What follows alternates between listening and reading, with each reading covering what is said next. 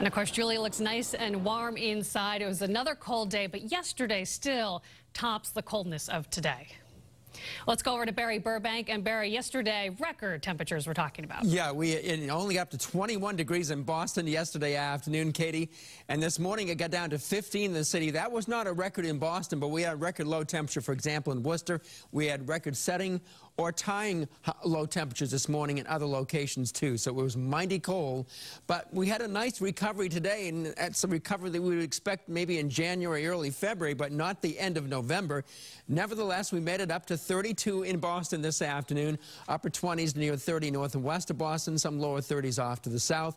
And we will go down to the teens in some of the suburban spots tonight, probably occurring by midnight or just a little bit after. Then in the early morning hours toward daybreak, a slow temperature rise will take place.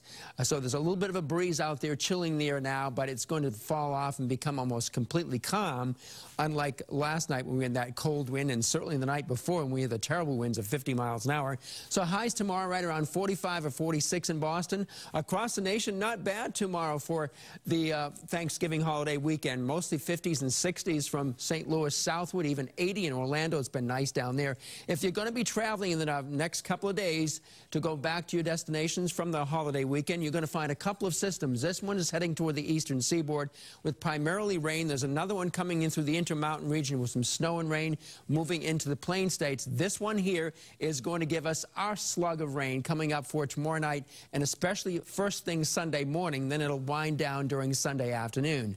So it looks like temperatures for tomorrow will be rising up and getting into the 40s.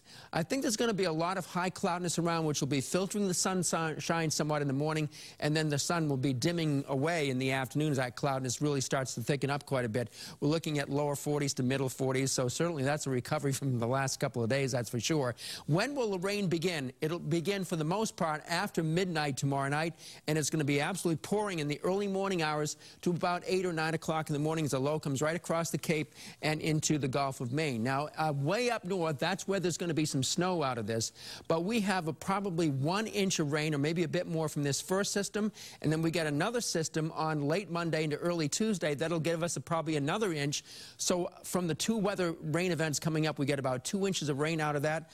As far as going skiing this weekend, increasing cloudiness tomorrow up to 34 in the afternoon, and some rain and snow in the mountains, but the higher elevations will get snow out of this coming up for later in the weekend. So the first snow event, not much, but the second one is destined to produce quite a few inches of snow across northern New England, mainly north of the Concord, Manchester area, northward across the mountains as we have late Monday to Tuesday. Here's my forecast for the next 7 days. It looks like this. We got Club 46 here for about 3 days in a row. We get some rain coming in mostly tomorrow night and on Sunday morning, and then we get another rain event later Monday into Tuesday, but there'll be snow in the mountains, and after that, it's just plain cold. We don't see any really warm or above average temperatures for quite a while. Back to you, Michelle, Katie.